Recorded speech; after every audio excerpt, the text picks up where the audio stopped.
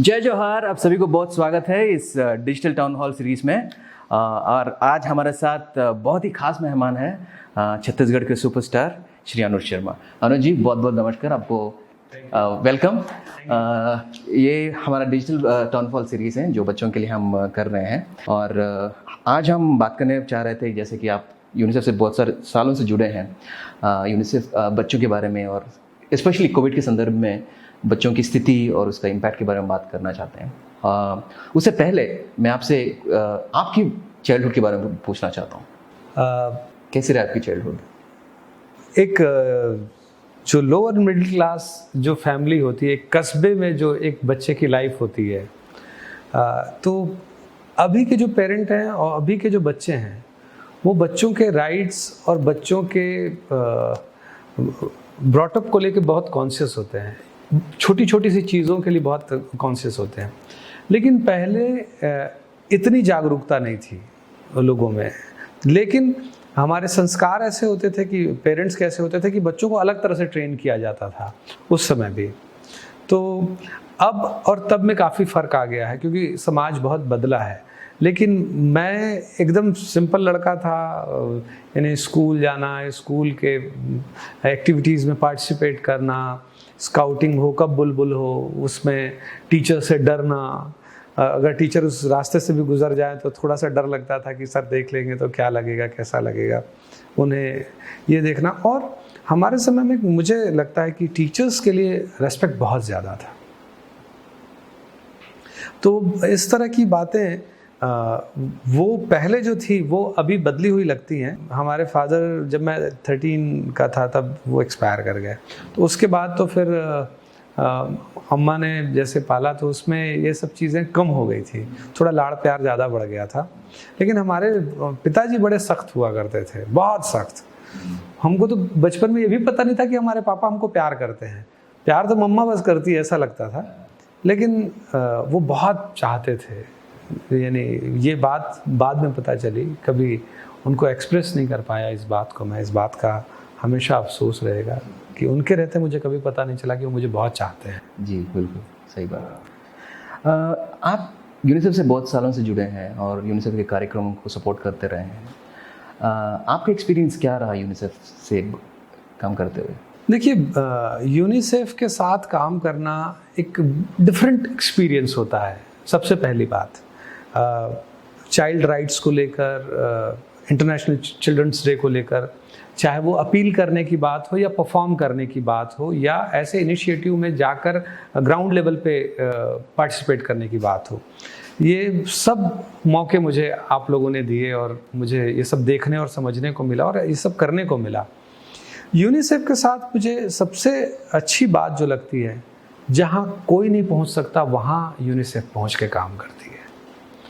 जब आप लोगों के साथ और स्पेशली आपके साथ अबू जुमाड़ का नाम सुनते तो बिल्कुल लोग बुरी तरह से डर जाते हैं। हम अबू जुमाड़ के अंदर गए थे और वहाँ जिस तरीके से मैंने यूनिसेफ को काम करते देखा कि जो हमारे ट्राइबल लोग हैं उनके बच्चों के लिए, उनकी फैमिलीज़ के लिए, उन मदर्स के लिए काम करने का जो जज्बा दिखाई दिया और जिस तरीके से काम हो रहा था, वो आप यकीन नहीं मानेंगे, अगर मेरी कहीं भी 10 जगह चर्चा होती तो मैं कम से कम 5 जगह इस बात को निकाल के बताता हूँ कि यूनिसेफ इस तरह से काम करती है और ये उनका रीच है। कि वहाँ के बच्चों की कहानियाँ मैंने सुनी, वहाँ सबसे मिला, अपनी आंखों से देखा, सारी चीज़ों को देखा जिस हालात में यूनिसेफ काम करता है। तो मैं यही कहूँगा कि सैल्यूट है आप लोगों को और अपने आप को सौभाग्यशाली मानता हूँ कि ऐसी फैमिली का मैं हिस्सा हूँ और ऐसे लोगों के साथ मैं मिल के काम करता हूँ। तो जब आपकी रीच ऐसी हो जाती तो आपका जज्बा भी बढ़ जाता है कि मैं और क्या करूँ, मैं और क्या करूँ। हमेशा ऐसा लगता है कि जब भी मुझे यूनिसेफ से कॉल आता है तो मैं उसको अपनी प्रायोरिटी लिस्ट में रखता हूँ कि इसको प्रायोरिटी में रखना है, क्योंकि ये कहीं ना कहीं आपको सेल्फ सेटिस्फेक्शन देता है। ये मैं और किसी के लिए काम नहीं करता, मैं अपने लिए काम करता हूँ, क्योंकि ये काम करना या ऐसे इनिशिएटिव में पार्टिसिपेट करना मुझे बहुत अच्छा लगता है। तो इसलिए मैं कोशिश करता हूँ कि जब भी यूनिसेफ का कोई भी इनिशिएटिव हो तो मैं उसमें पार्टिसिपेट करूँ। जैसे कि क्योंकि आप नारायणपुर की बात किए हैं, तो हमारी कोशिश ये रही है कि शासन के साथ, सरकार के साथ ये इंश्योर करें कि जो भी बच्चे हैं, कहीं भी वो ट्राइबल बच्चे हैं या किसी के भी बच्चे हैं, उनको बेसिक और एसेंशियल सर्विसेज मिलने की ज़रूरत है। जैसे कि आपने देखा था स्वास्थ्य सुविधाएं जो हैं वो मिल रही हैं वहाँ पे अबुझमाड़ के नारायणपुर ज़िले में। उसके साथ साथ जो न्यूट्रिशन पोषण की जो सुविधाएं मिल रही थी वो भी मिल रही हैं। आंगनवाड़ी चल रही हैं, खास करके गांव में, बिल्कुल फॉरेस्ट में, जंगल में एकदम, जिसके बाद नक्शा नहीं मिलता है जी, जिसके बाद सड़कें नहीं होती हैं जी। तो हमारा कोशिश वही रही है, और खास करके जो भी प्रेग्नेंट वुमेन है उनको डिलीवरी करवाना है, उनको खास करके हॉस्पिटल लेके आके, वो बाइक एम्बुलेंस मैंने चलाकर भी देखा था। जी जी, बाइक एम्बुलेंस। सो हम कोशिश कर रहे हैं कि जो भी बच्चा हो उसका, we ensure that every child lives, every child survives and every child gets an equal opportunity and a better opportunity. तो और आपको बहुत बहुत धन्यवाद कि आपने हमारे जर्नी में आपने जुड़े, बहुत बहुत धन्यवाद आपकी। एक्चुअली वो जर्नी अब हमारी हो गई है। तो अच्छा, मैं एक सवाल मैं पूछना चाह रहा था कि कोविड के समय यूनिसेफ कैसे अपनी एक्टिविटीज़ को, अपने प्रोग्राम्स को कैसे चला पा रही है? क्योंकि मैं देख रहा हूँ कि कोविड के समय सिर्फ एक ही विषय पे बात हो रही, कोविड पे। ऐसे में बच्चों को लेकर जो आपकी सारी योजनाएं चल रही, सारे प्रोग्राम्स चल रहे हैं, उसको आप लोग कैसे ऑपरेट कर रहे हैं? किस किस तरह से आप लोग कर पा रहे हैं? जैसे अनुज जी आप जानते हैं कि यूनिसेफ जो है वो एक तकनीकी संस्था है और तकनीकी सपोर्ट देती है सरकार को, और सरकार के साथ बहुत ही क्लोजली काम करती है। और हमारा जो भी प्रायोरिटीज़ हैं, जैसे कि आप स्वास्थ्य, health, nutrition, water and sanitation, child protection और एजुकेशन की बात करते हैं, तो ये सभी जो प्रायोरिटीज़ हैं वो गवर्नमेंट की भी प्रायोरिटीज़ हैं, और वो हमारे लिए बहुत ही आसान हो जाती है कि क्योंकि गवर्नमेंट हमारे साथ जुड़ी है और हम गवर्नमेंट के साथ जुड़े हैं। तो हमारी जो इच्छा थी और हम जो करते हैं, जो बिलीव करते हैं कि जो भी सर्विसेज हैं बच्चों के साथ तक पहुँचें, उसी पहल में हम कोविड में भी इंश्योर किया है कि उसी पैशन के साथ, उसी कमिटमेंट के साथ हम आगे बढ़ें। जैसे कि हमने बच्चों को ये देखा कि बहुत 3-4 महीनों से बच्चे स्कूल नहीं जा रहे हैं, आंगनवाड़ी बंद है, और उनके जो सीखने का जो पहल है उसमें थोड़ा गैप आया है। और हम और शासन सरकार दोनों सोचते हैं कि वो जो पहल जो है वो टूटना नहीं चाहिए, वो पहल कंटिन्यू होना चाहिए। The learning should continue, must continue at home.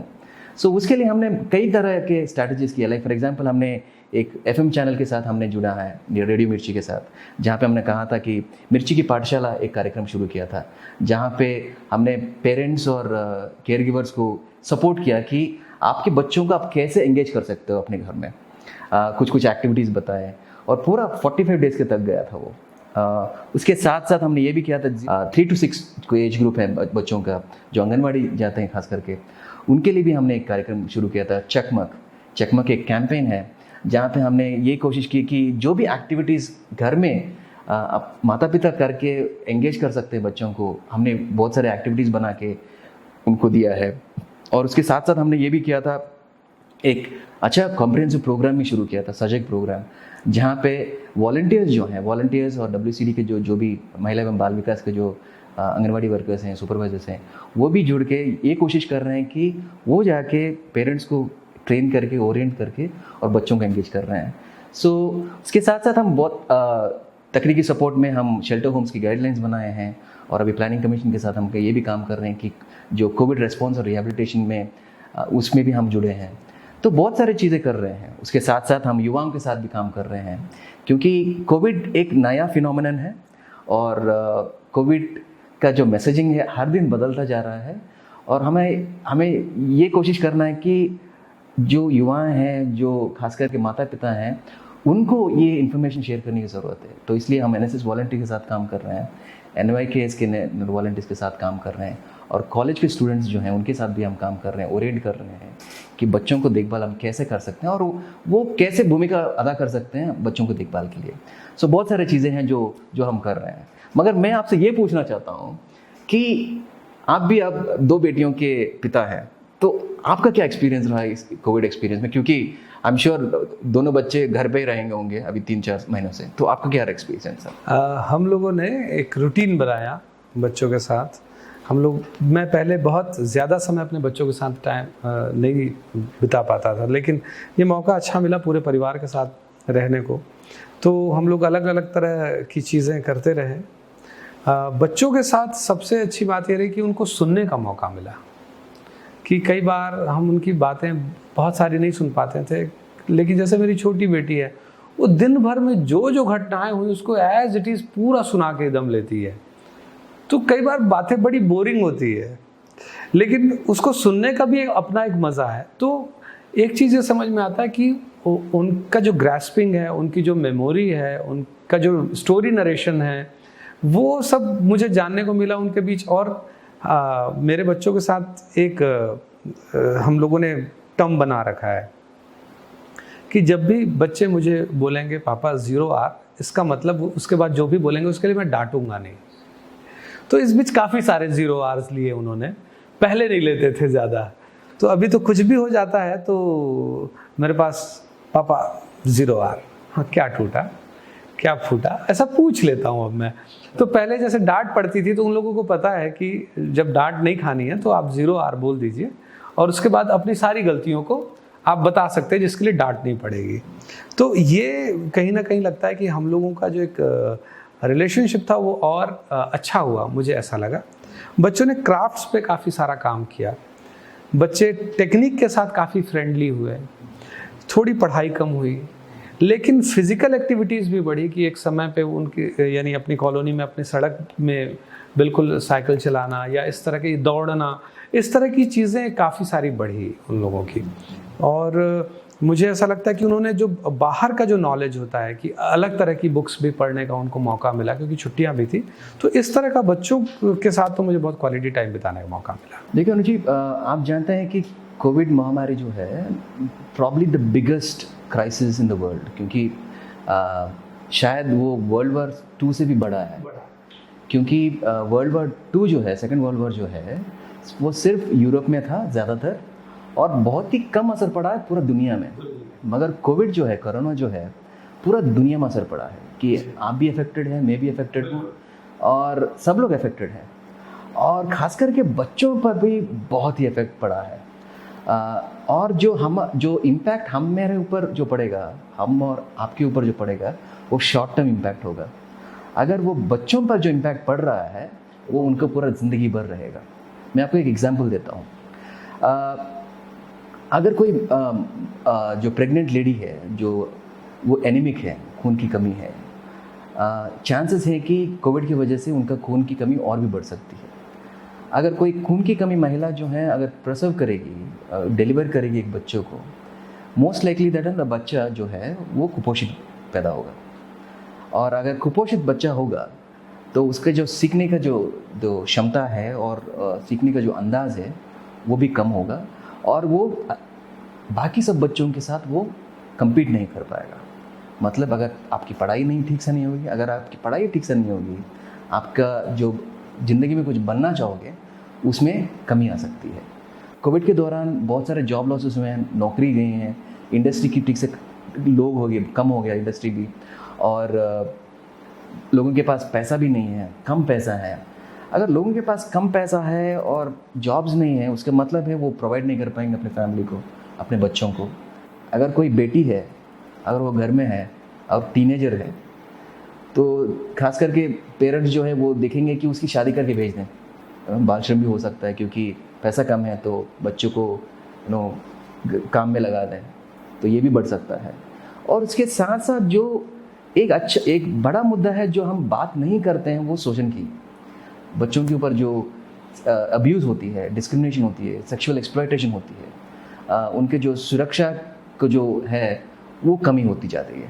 तो कोविड का जो प्रभाव है बच्चों पर बहुत बड़ा प्रभाव है और इसके लिए हमें कुछ इसके ऊपर ध्यान देने की ज़रूरत है, स्पेशली खासकर बच्चों के ऊपर ध्यान देने की ज़रूरत है। तो मैं आपसे ये भी पूछने वाला था कि आप सुपरस्टार हो छत्तीसगढ़ फिल्म इंडस्ट्री के, मैं चॉलीवुड या टॉलीवुड नहीं बोलूँगा, छत्तीसगढ़ फिल्म इंडस्ट्री के सुपरस्टार हो, और हमारे जो युवा हैं हमारे राज्य के आपको बहुत बड़ा इंस्पिरेशन मानती है, रोल मॉडल मानती है।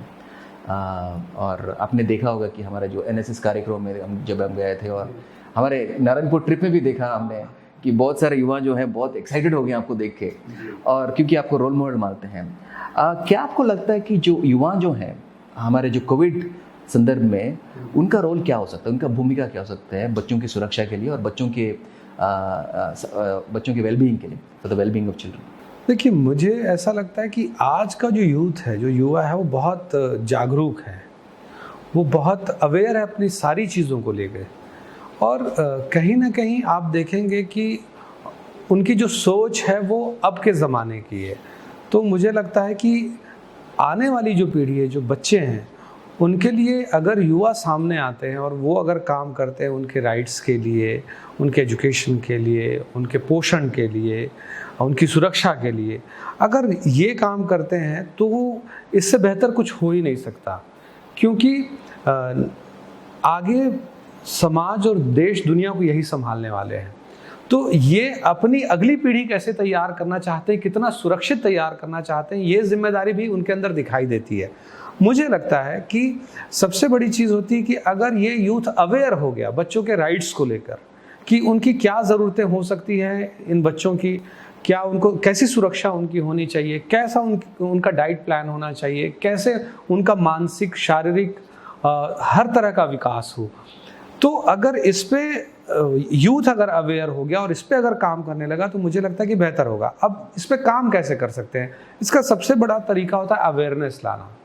अपने परिवार में, अपने आसपास के माहौल में जब आप लोगों से चीज़ें शेयर करते हैं कि इन चीज़ों से ये होता है, इसका ये असर होता है, और इन नई जानकारियों को समाज तक पहुंचाने का सबसे अच्छा जरिया युवा हो सकते हैं, क्योंकि वो लोग नई जानकारियों से अपडेटेड होते हैं। अभी कोविड के दौरान मुझे लगता है कि सरकार ने बहुत अच्छे प्रयास किए, स्पेशली छत्तीसगढ़ सरकार ने, और मिड डे मील बच्चों तक पहुंचाने में काफ़ी हद तक सक्सेसफुल रहे हैं। इवन आंगनबाड़ी के बच्चों को ड्राई राशन पहुंचाने में बहुत सक्सेसफुल रहे हैं। बच्चों के एजुकेशन को लेके मुझे लगता है कि काफ़ी अच्छा प्रयास रहा सरकार का। वो देखने को मिलता है कि जितने वीडियोज़ आए हैं और जिस तरह के वीडियोज़ आए हैं कि घर में बच्चे किस तरह से पढ़ सकते हैं, और ऑनलाइन, और जो फैसिलिटीज़ बच्चों के लिए आई, वो लगता है मुझे बहुत अच्छा कर पाई सरकार इस क्षेत्र में। लेकिन इसके बाद भी आपको कुछ लगता है कि और कुछ बेहतर किया जा सकता था, या और कुछ ऐसी बातें हैं जिस पे ध्यान दिया जा सकता था? हाँ, जैसे आपने कहा था कि सरकार बहुत अच्छा काम कर रहा है, मैं उससे सहमत हूँ, और यूनिसेफ उससे सहमत है, और यूनिसेफ उनसे सरकार के साथ जुड़ी हुई है इस कामों में, बहुत सारे कामों में। और हम चाह रहे हैं कि as a community, as a society, we should talk more about children. जैसे कि हमारा ये कहना है कि जो कोविड के जो रिस्पॉन्स और रिहेबिलिटेशन प्लान्स बन रही है, उसमें भी बच्चों का हिस्सा होना चाहिए, और बच्चों का ऊपर भी थोड़ा ध्यान रखना चाहिए। और क्योंकि अगर इस रिस्पॉन्स में, रिहेबिलिटेशन में अगर बच्चे नहीं होंगे, वो बहुत ही बुरी बात है। और क्योंकि आप जानते हैं, मैंने पहले भी बोला था, जो कोविड का इम्पैक्ट हो, जो प्रभाव है, बच्चों के ऊपर ज़्यादा पड़ती है। और ख़ास करके जो 3-4 मुद्दे पे ध्यान रखना चाहिए, जैसे कि बच्चों की abuse, sexual exploitation, child labour और चाइल्ड मैरिज और चाइल्ड ट्रैफिकिंग। इन चारों चीज़ों में हमें कुछ ध्यान देने की ज़रूरत है, और कुछ स्टेप्स लेने की ज़रूरत है। चाहे वो समुदाय में हो सकता है, चाहे वो सरकार, जो हमारे जो डिस्ट्रिक्ट एडमिनिस्ट्रेशन है, वो भी लीड कर सकती है इस प्रोसेस को। मगर इसके लिए अवेयरनेस की ज़रूरत है, जिसके लिए अगर अवेयरनेस तभी बढ़ती है जब आप उसके बारे में बात करते हो, स्पेशली द इश्यूज लाइक शोषण की बात आती है। तो अगर जब तक उसके बारे में आप बात नहीं करोगे और बच्चों को सचेत अवेयर नहीं करोगे, then you will not be able to do much about it. So हमारा ये कहना है कि जो भी रिस्पॉन्स और रिहेबिलिटेशन होती है, उसमें बच्चों के बारे में ध्यान दें, बच्चों के ऊपर भी ध्यान दें, और बच्चों के लिए भी थोड़ा वो प्लान्स होना चाहिए। It needs to be child sensitive development plans. The COVID response and rehabilitation should be child centered and child specific. इस पे एक बहुत महत्वपूर्ण चीज़ मुझे भी लगती है कि उस पर निगरानी होनी चाहिए कि बच्चे कहाँ हैं, कैसे हैं। उस पर यानी परिवार का, समाज की निगरानी होनी चाहिए कि बच्चे कैसे सुरक्षित हैं। और मुझे एक चीज़ और लगता है कि छोटी छोटी सी बातें अब जिस पर समाज बात करने लगा है, गुड टच, बैड टच की बात हो, तो अब हम बच्चों को ये सिखाने लगे हैं। पहले बच्चों को ये चीज़ें पेरेंट्स नहीं सिखाया करते थे, लेकिन अब उस पर पेरेंट्स भी अब इस बात को समझने लगे। लेकिन इसको ज़्यादा से ज़्यादा इसका प्रचार प्रसार करने की ज़रूरत है, इसके लिए अवेयर करने की ज़रूरत है। मुझे लगता है कि हर पेरेंट कम से कम अपने बच्चों को इतना तो कम से कम सिखाए कि क्या सही और क्या गलत है। जैसे कि आप जानते हैं, कोविड की वजह से बहुत सारा स्ट्रेस में है, और डिप्रेशन में भी बहुत सारे लोगों में है, डिप्रेशन भी है, और बहुत ही अनसर्टेनिटी भी है, और बहुत सारे लोग इसके लिए चिंतित भी हैं। और उसका जो प्रभाव है, कोविड का प्रभाव है, बच्चों के ऊपर भी बहुत ज़्यादा पड़ा है। जैसे कि हमने रिसेंटली देखा था, एक celebrity, he also committed suicide. So आपको क्या लगता है इस स्ट्रेस और इस डिप्रेशन को कैसे मैनेज करे, कैसे हैंडल करे, खास करके बच्चों के? देखिए, सबसे पहली बात, आदमी लो कब फील करता है? जब उसे लगता है कि वो अकेला है, जब उसे लगता है कि अगर उससे कोई गलती हो गई तो उसका कोई साथ नहीं देगा। तो मुझे लगता है कि सबसे इंपॉर्टेंट चीज़ जो मुझे लगती है कि आपके पास इमोशनल बैकअप बहुत स्ट्रांग होना चाहिए, कि आप राइट हो, आप रॉन्ग हो सकती है आपसे गलती हो, लेकिन आपके पास ऐसे वेल विशर्स होने चाहिए, ऐसे आपके प्रिय होने चाहिए जो हर हाल में आपके साथ खड़े हों इमोशनली। नॉर्मली जो सेलिब्रिटीज़ होते हैं वो जब प्रोफेशनल लाइफ में जाते हैं तो वो एक बनावटी दुनिया में चले जाते हैं, और वो इमोशंस या वो जो इमोशनल बैकअप उनके पास होता है वो कहीं ना कहीं उनके बिजी रहने में, उनके एंगेजमेंट्स में वो धीरे धीरे कम होने लगती बातें, और वो जो दिल की और मन की जो बातें वो रूटीन में जो बाहर निकालते थे वो धीरे धीरे स्टोर होने लगता है, और बाद में एक ऐसी स्थिति आती है कि वो कोई ऐसा बचता ही नहीं जिससे वो एक्सप्रेस कर सके, क्योंकि उसके आसपास जितने लोग होते सारे के सारे श्रूड प्रोफेशनल्स होते हैं जिनको मतलब होता है। ऐसा उनके पास कोई भी नहीं होता जो बेमतलब उनके साथ हो। तब जब आप वो एम्प्टीनेस फील करते हैं कि आप इमोशनली आपकी बॉन्डिंग कहीं ना कहीं से कमजोर हो गई है, तब जब आपको अकेलापन आता है तो आप इतना बड़ा कदम उठाते हैं। रहा सवाल बच्चों का, तो मुझे लगता है कि बच्चों को सबसे पहले इस बात का एहसास दिलाना कि हम आपसे बहुत प्यार करते हैं, हम आपसे आपकी बहुत परवाह करते हैं, हम आपको बहुत अच्छा देखना चाहते हैं। उनके मन में अगर ये बात अंदर से आ जाए तो मुझे लगता है बच्चों के मन के डर को पहले निकालने की जरूरत है, कि तभी बच्चे आपसे हर चीज शेयर कर पाएंगे। और अगर आपका बच्चा अगर आपसे सारी बातें शेयर कर रहा है, इसका मतलब आपका बच्चा सुरक्षित है, और इस पे मॉनिटरिंग की जरूरत है पेरेंट्स को और परिवार को कि आपका बच्चा क्या रिएक्ट करता है आपके साथ, कैसे अपने आप को एक्सप्रेस करता है। अगर लगता है कि कोई बच्चा रिजर्व हो रहा है, ज़्यादा बात नहीं कर पा रहा है, तो ज़रूरत है उस बच्चे के साथ काम करने की। रहा सवाल कोविड में बच्चे घरों के अंदर लॉक हो गए, बाहर जाने को नहीं मिल रहा था, उनके पास ऑप्शंस खत्म हो गए, कुछ बच्चे सिर्फ मोबाइल में, कुछ बच्चे सिर्फ टीवी पे। तो उनको एक रूटीन में लाके रखना, उनके साथ कुछ खेलना, कुछ पढ़ना, उनकी एक्टिविटीज को प्लान करना मुझे लगता है जरूरी है। उनसे कुछ देर उनकी बातों को सुनना बहुत जरूरी है, क्योंकि उनके मन में जो बातें जब तक वो बाहर नहीं आएंगी तो अंदर के अंदर रह जाएंगी। तो मुझे लगता है कि बच्चों का बोलना और हमारा सुनना जरूरी है, तभी वो हमारे साथ कंफर्टेबल होंगे अपनी सारी बातों को डिस्कस करने के लिए। और मुझे लगता है जितना बच्चा आपसे बातें अपनी शेयर करेगा, उतना वो इन बातों से दूर रहेगा। हम इसी बारे में बात कर रहे थे और हमें ये भी सुनने को आया कि बच्चे इससे भी परेशान हैं क्योंकि पिता और माता जो है वो घर पे हैं, खास करके पिता, क्योंकि पिता बाहर जाएगा तभी तो उसको पैसा मिलेगा और तभी तो घर में कुछ आएगा। और कुछ बच्चे ने ऐसे भी बोला कि पिताजी जो हैं वो घर पे रह रहे हैं, वो काम के लिए नहीं जा रहे हैं। अगर वो काम के लिए नहीं जाएंगे तो मेरी पढ़ाई कैसी होगी, और मैं कब स्कूल जा पाऊंगी या जा पाऊंगा। तो ऐसे चीज़ें भी हैं जो बच्चों को थोड़ा चुभ रहे हैं, और खास करके हमारे देश में ये हो रहा है।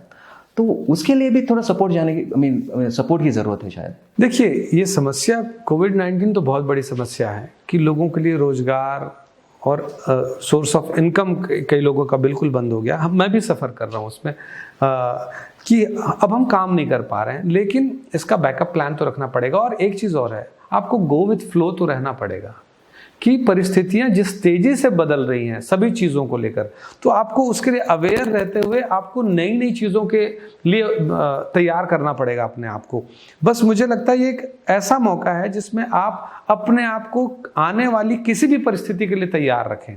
ऐसा तो बिल्कुल नहीं है कि अगर आपके अंदर कोई योग्यता है तो आप बिल्कुल पैसे नहीं कमाएंगे। हो सकता है पहले आप जिस तरीके से पैसे कमाते थे उससे अब तरीका कुछ बदल सकता है, आप कुछ नए तरीके का काम करें, लेकिन ऐसा बिल्कुल नहीं है। जो काम करने वाला है उसे कोई रोक नहीं सकता।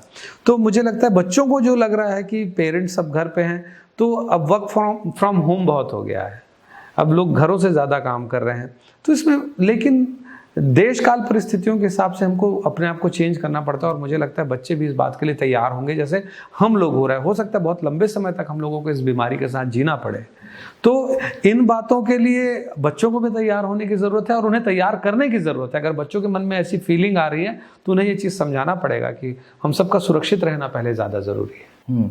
अगर आप ग्रामीण इलाके के जो माता पिता हैं उनको देखेंगे, ये कोविड उन पे ऊपर भी बहुत प्रभाव पड़ा है।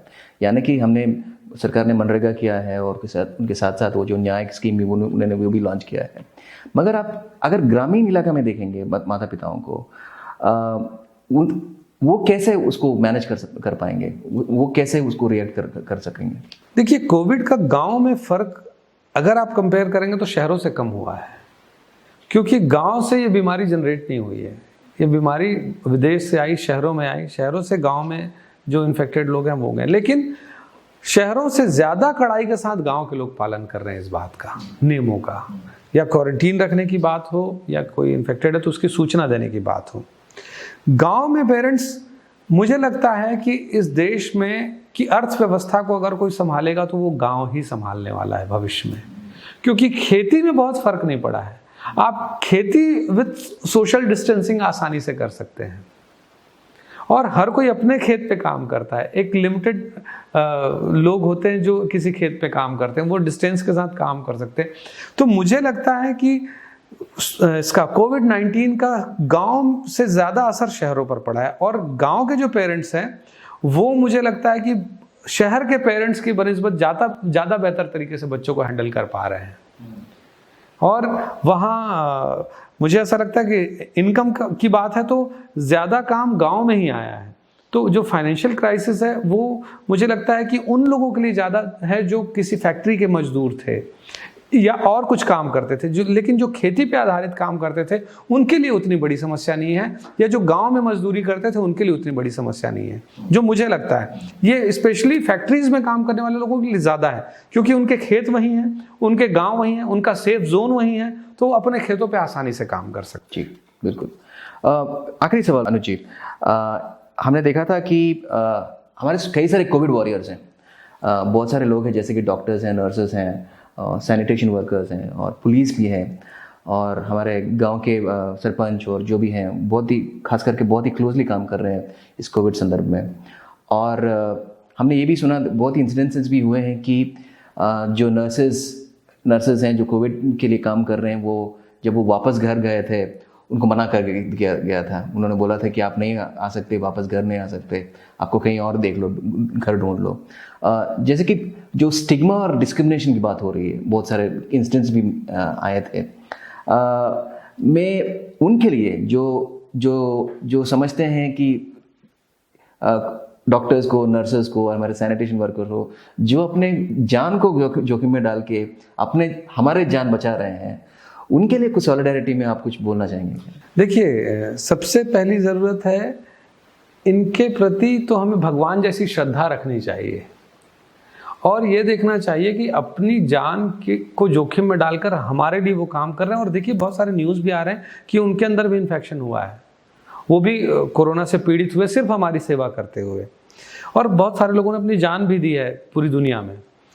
तो ये हम लोगों को आत्ममंथन करने का समय है कि हम लोग अपने हितैषियों के साथ कैसा व्यवहार करते हैं, जो हमारा भला कर रहे हैं उनके साथ कैसा व्यवहार करते हैं। लेकिन इसमें मुझे लगता है बहुत कम % लोग हैं जो इस बात को सेंस नहीं करते हैं, लेकिन उनको भी ये बताने की ज़रूरत है, उनको समझने की ज़रूरत है।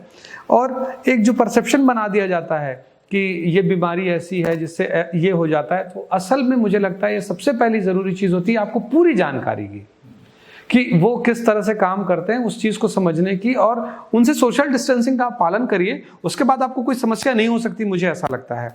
और वो बिल्कुल उन्हीं सैनिकों की तरह हैं जो बॉर्डर पे हमारे देश की सुरक्षा करते हैं और इस देश में किसी का आक्रमण नहीं होने देते, वैसे ये वॉरियर्स है कोरोना के, जो हमारे शरीर में, हमारे परिवार में, हमारे शहर में कोरोना जैसी महामारी को आने नहीं दे रहे हैं। यही वो ढाल बन के रखें। इस बात के महत्व को सबको समझने की ज़रूरत है, उन्हें सम्मान देने की ज़रूरत है। ये रहा हमारा बातचीत पद्मश्री अनुज शर्मा जी के साथ, और बहुत बहुत अच्छा लगा हमें कि उनके साथ बात की और बच्चों के बारे में बात की हमने इस कोविड के संदर्भ में। इसके लिए अनुज जी को बहुत बहुत धन्यवाद, और हम आशा करते हैं अनुज जी के साथ और हम बहुत काम करेंगे बच्चों के लिए, पर छत्तीसगढ़ के बच्चों के लिए। बहुत बहुत धन्यवाद।